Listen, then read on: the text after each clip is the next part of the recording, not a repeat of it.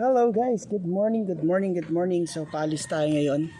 Punta tayo ng San Jose kung saan natin ilalagay, no? Paplanuhin na natin kung paano isi-set up yung bahay ng ating mga alagang manok at mga Peking duck. So medyo lumalaki na kasi, medyo dumadami na rin sila, and at the same time medyo nangangamoy na rin yung kanilang mga poops. Kaya ang gagawin natin, hahanap tayo ng lilipatan nila, yung mas makagalaw sila ng maayos at mapapalaki natin sila ng bonggang bongga. Alright, so samahan niyo ako, abangan niyo kung saan natin sila ilalagay. So let's go. Dito na tayo sa Marikina, dito tayo sa crossing. So medyo traffic, kaya tignan natin kung anong oras tayo makakarating dun sa paglilipatan natin sa ating alaga. So hopefully makarating ako na maaga. So see you there guys in a bit. Mag-ano na yung oras. Let's go. And sobrang oras yung traffic light, and 30, 29, 28, 27, 26, 25, 24, hindi pa.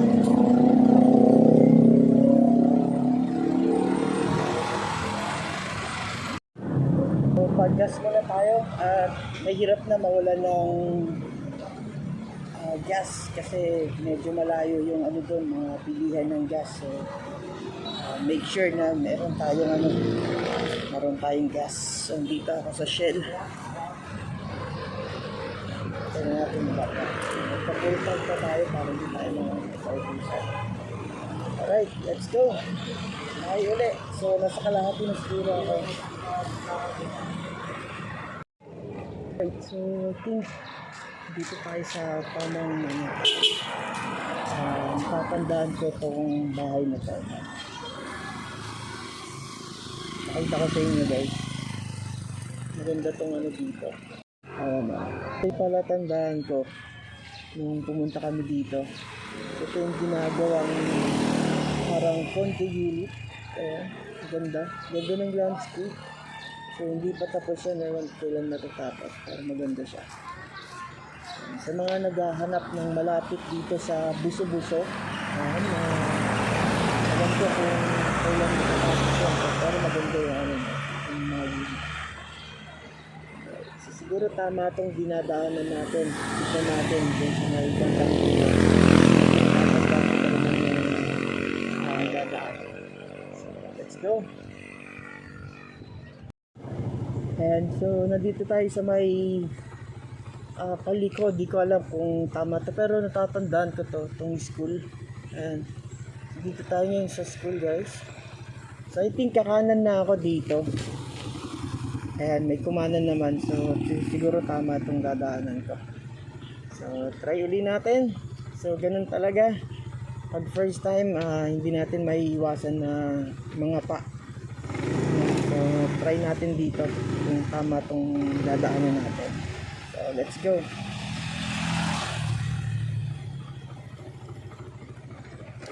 So, nandito naman tayo. Tama naman siguro itong dinaanan kasi ganito yung dinaanan namin. So, natatandaan ko pa to.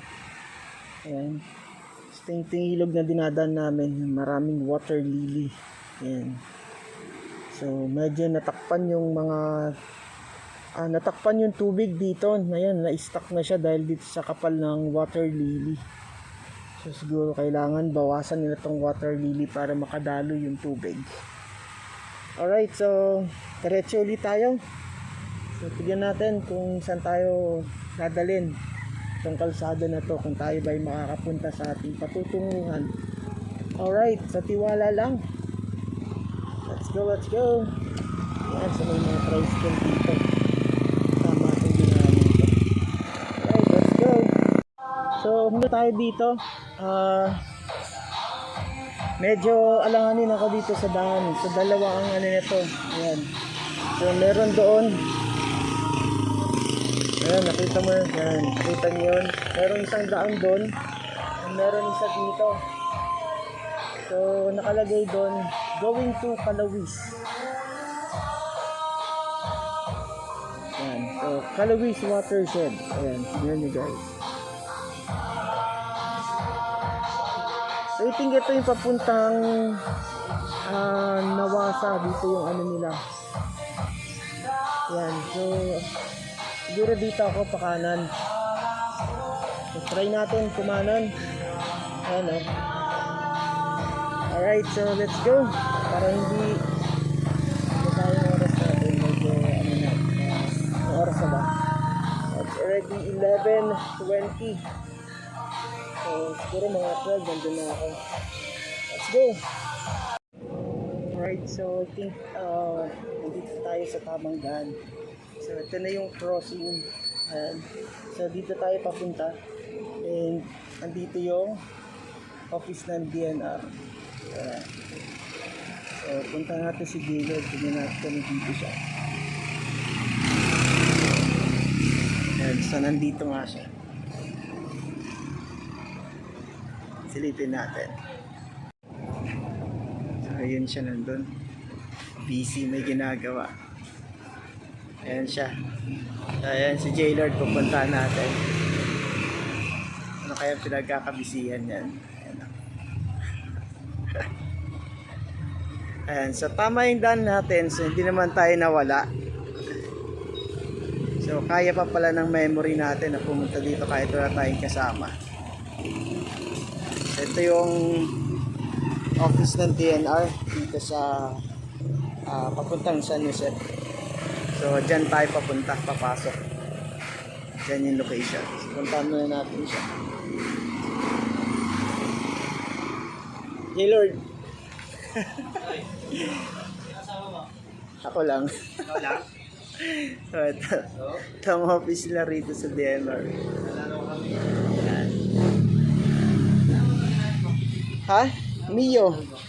Kuya Kenneth? Oo. Sino yan? Ha? Naka-vlog to. Sino tao ron? Wala pa.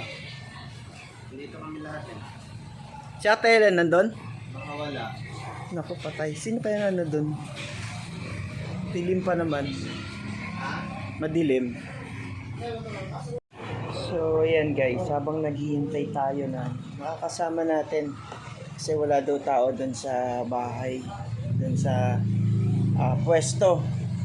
Kaya dito muna tayo sa office ng DNR. So, luto muna tayo ng... So, makasign ako magluto ngayon. So, ito nga pala yung lutuan nila rito. Yan, kahoy lang. So, magluluto tayo ng... Anong tawag dito? Forgot it. And meron ano, ito. May laing.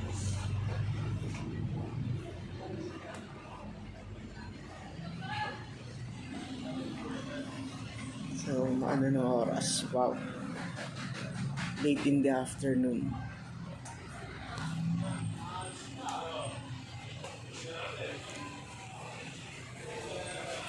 Ito, so chicken curry yung ating lulutuin. Tikman muna natin kung okay na yung gata.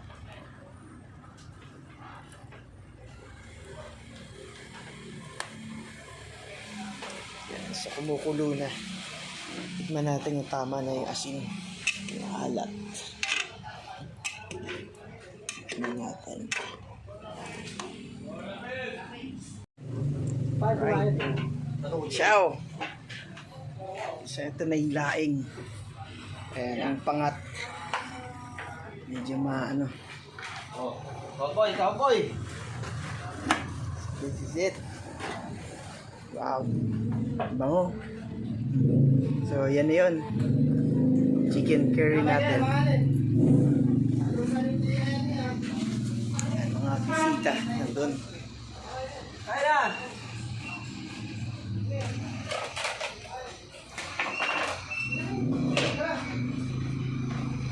Makikikain tayo. Kain, kain! Halika kayo! Probinsya style. Ha? Parang nasa probinsya lang Ay, tayo. shoo! Ayan, mga bisita. Alright, let's go. Kain na. Kain na, kain. Sarap po. Nagmamantika oh. Kain na. Ilan sila? Nagmamantika yung gata. Kain na. Kailangan natin tapusin yung purpose natin bakit tayo pumunta dito. So kahit na konti lang masimulan, importante meron. May accomplishment. Hintayin natin si Kuya Gilbert para may kasama tayo doon. Hindi, puntahan nyo na lang. Kasama mo si ano. Wala ka.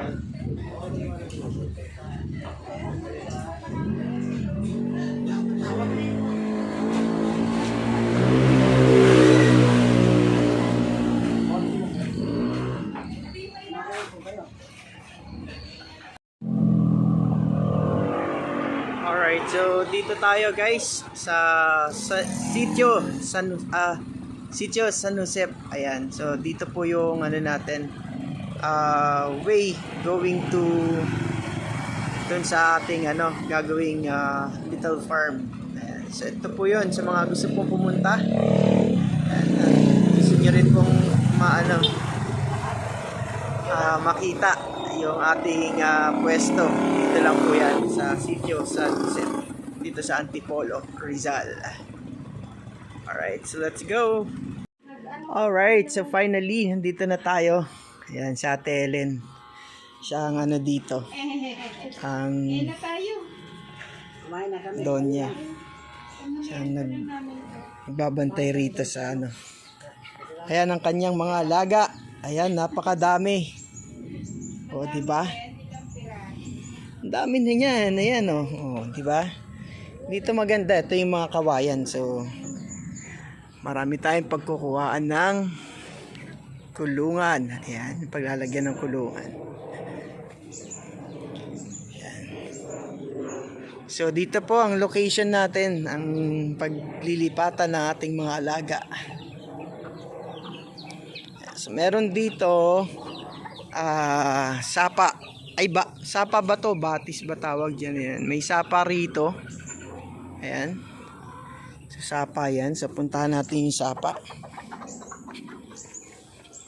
Ikot tayo, ikot. So, ito yung kubo rito. Ayan. So, may tagal-tagal na rin to. Siguro, nasa 20 years na rin yan. Yung kubo na yan. So, dito puntahan natin. Ayan. So, ito yung sapa. So, dito pwede tayo maglagay ng yung mga bibe natin. Ayan, or yung mga peking duck. Ayan. So, meron silang paglalango yan. So, ayan, nandun. Gandun. So, pwede natin dyan para meron silang paglango yan. Tapos, ayan, so medyo maganda ritong space. So, pwede dito ilagay.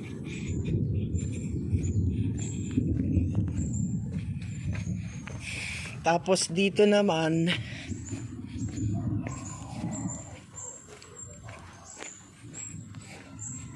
ayan guys, so dito pwede dito yung mga manok.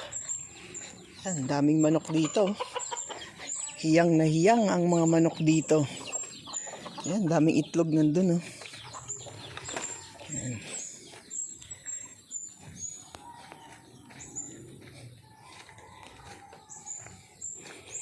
Ayan, so dito pwede to lagyan ng dito banda. Dito natin ilalagay yung mga manok natin. So lilinisan pa to. So medyo maano na siya, madamo. Kaya kailangan natin magbanat-banat ng buto. At tapos dito naman, ito tinaniman pala to ng mais. Tinaniman nila ng mais. So pwede dito mag-garden tayo rito. Siguro after nitong mais, pwede nating gardenin to. Ayan, daming ano bang tawag diyan? Maraming anong tawag doon yung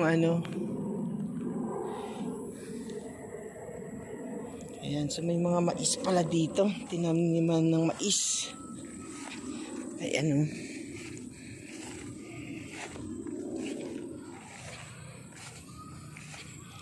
Ayan, so ayan, medyo maluwag-luwag na ang ating paglalagyan sa mga alaga natin.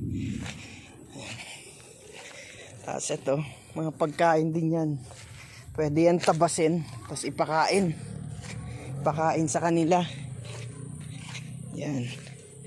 So dito tayo sa bahay ni J-Lord.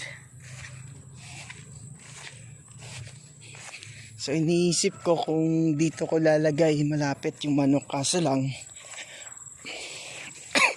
ang problema baka walang magbantay pag umalis ako or may pupuntahan ako. So ito yan, mga maisan yan, yan hanggang doon. So yan yung mga kawayan na pagkukuhaan natin ng kulungan. So dito tayo guys. Ayan.